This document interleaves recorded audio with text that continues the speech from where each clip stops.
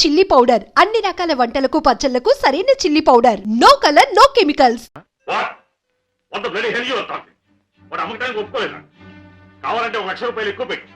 1 లక్ష కాదు, 2 లక్షలు, 3 లక్షలు, 5 లక్షలు సరే Mohan. I don't care for money, understand?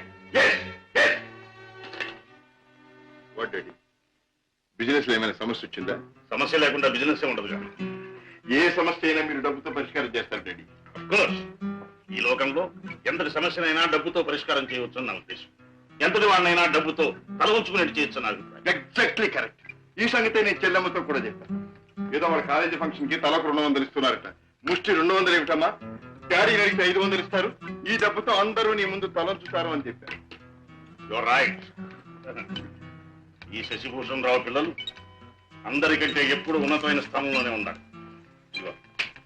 ఈ చెక్ తీసుకెళ్లి పద్మకిచ్చి ఫిలప్ చేసుకోండి. Thank you daddy. ఏమి పద్మ, ఇవాళ కాలేజీ అయ్యాక మనందరం కలిసి పిక్చర్కి వెళ్దామే?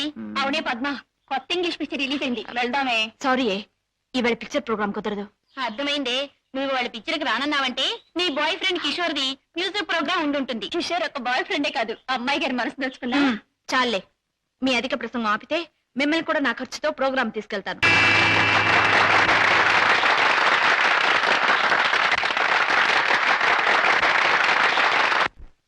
కిషోర్, నేను ఈ పాట విన్నప్పుడల్లా నన్ను నేను మర్చిపోయి కళల్లో తేలిపోతూ ఉంటాను. నేను నీ మాట వింటేనే చాలు, కళల్లోనూ క్లౌడ్స్ లోను తేలిపోతూ ఉంటాను. కానీ లక్షాధికారి కూతురుగా నువ్వెక్కడ, ఒక మామూలు పాటగా నేనెక్కడ?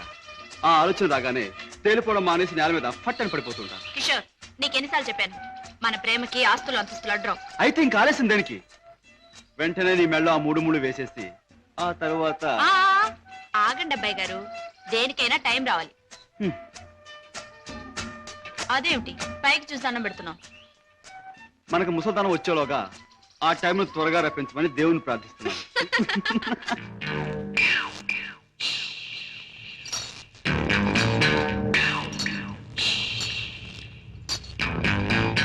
ఆ చూపెడితే కొరమేలాగా కొరకొర సుత్తా ఈపు సాప్ అయిపోదు. పెద్దయ్య గారు ఇంట్లో ఉన్నారా? ఉన్నారు, చెప్పొస్తాను. నువ్వు చెప్పొచ్చినాక నేను ఉండాలా? ఈ రౌడీ నాగులు కోపం వచ్చిందంటే స్పేగులు తోడేయగలడు. ఏండ్రకైనా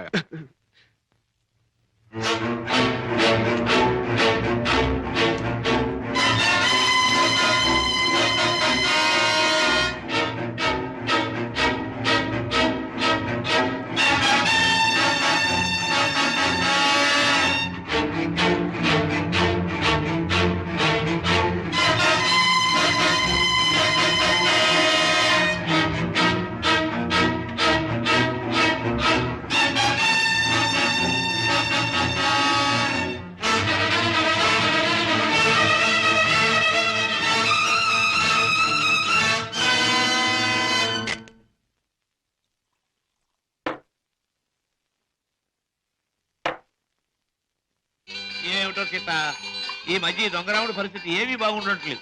ఎవరు చూసినా పెద్ద లక్షాధికారులేగా సూటు బూటు వేసుకుని తిరగడమే తప్ప జేబులో దమ్మిడి ఉండడం లేదు. మనం కష్టపడి జేబులు తీర కత్తిరిస్తే అందులో అగ్గిపెట్లు, రేషన్ కార్డు, నిరోధులు, సిగరెట్ పీగులు దొరుకుతున్నాయి. ఏమిటో ఇలా అయితే ఈ దొంగరాముడు బ్రతుకు గంజినీళ్ళే రా సీత.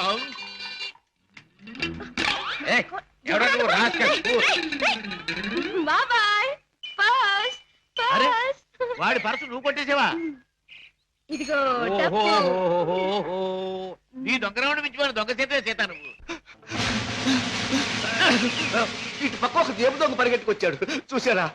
చూడు నాయనా, పోలీసులకు ఎర్రటోపీ కాకి డ్రెస్ ఉన్నట్టు జేబు దొంగకంటూ ప్రత్యేకంగా ఓ డ్రెస్ ఉండదు. ఆనవారు పడ్డాను. నాకు ఎదురు సమాధానం చెప్పొద్దు, నాకు ఏడుపు వచ్చేస్తుంది. ఆ పరిగెట్టుకొచ్చినాడు ఎటు వెళ్ళాడు? అటుపక్క పారిపోయాడు. ఇటు పక్క నాకు ఏడుపు వచ్చేస్తుంది.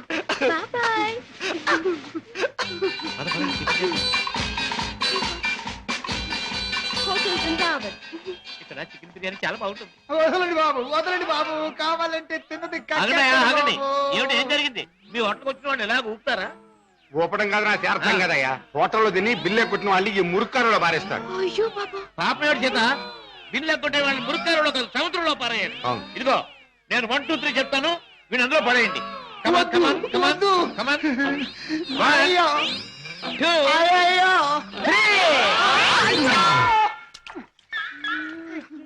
డబ్బు లేకుండా టిఫిన్ తింటాడు బాబు గారు తొమ్మిలేక బాగా జరిగింది ఆకులు తిను ఆకులు తిను.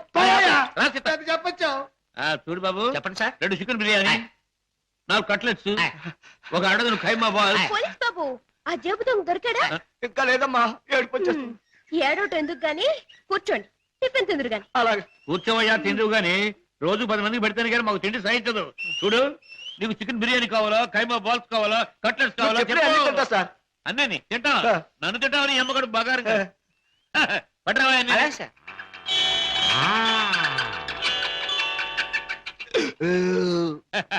ఏం పోలీస్ బాబు ఏం పవర్ఫుల్ గా రావడం లేదు. ఇంకో ప్లేట్ ఏమైనా కొడతావా? వద్దు బాబు, ఎక్కువ తింటే ఏడుపు వస్తుంది. బేరర్ బిల్లు తీసుకుని అరటి పళ్ళు కిల్లీలు పట్టరా. అలాగే సార్. సీత నువ్వు బిల్లు చేసి 5 రూపాయలు టిప్ కొట్టు. ఏంటయ్యా బాంబు చూసి భయపడ్డట్టు అలా భయపడిపోతావు? ఈ పనసలు ఆది ఇందాక ఆ జేబు దొంగ కొట్టేసి మారిపోయాడు. ఆహా, దేవుడు దయామయుడు, నాకు అప్పచెప్పాడు. ఆహా, ఇప్పుడు నాకు నిజంగా నవ్వు వస్తుంది. నాకు ఏడుపు వస్తుందయ్యా. వస్తా వస్తా.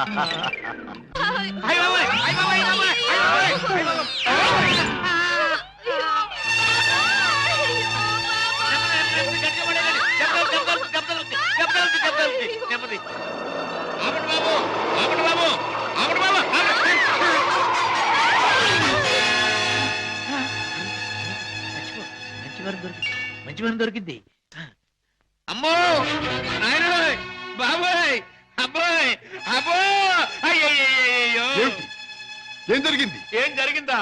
నా ఒక్కగానొక్క కూతుర్ని నీ కారుకు బలి చేసుకుని ఇంకా ఏం జరిగిందని అడుగుతున్నావా నాయనా?